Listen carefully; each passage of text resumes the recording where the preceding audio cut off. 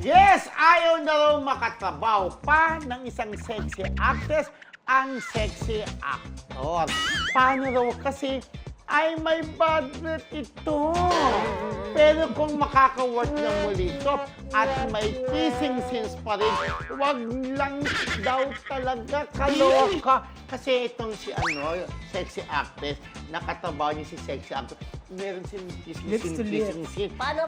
Lips to lips Kissing scene, lips to lips nga.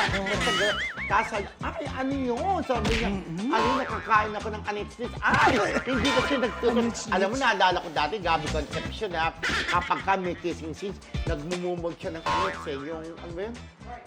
Gargle, di ba? Mouthwash. Ito, hindi kayo sabi niya, nagkakasama sila sa mga sexy films. Sabi niya, naku, pagka yun ulit ang bigay sa akin kaparte, tatanggihan ko na. Nahilo daw siya. Nahilo na talaga. Sabi niya, Clue sa sexy actor. yung sexy actor, nagpapasexy po siya sa mga pelikulang ginagawa niya. Sexy actress, sexy talagang kanyang markata. Diyos ko!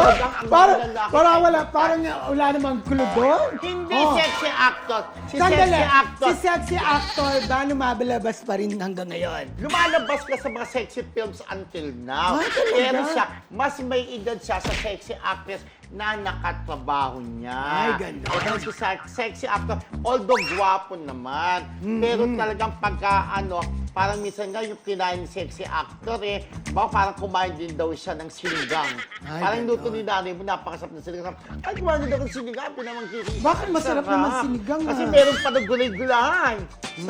Kaya tinuloy niya lang daw yung kissing scene. Since kailangan daw hindi i-cut. Okay. Wala na po kasi ko namin sexy actress ay nang makatabaw at makakissing scene ang isang sexy actor. Oh!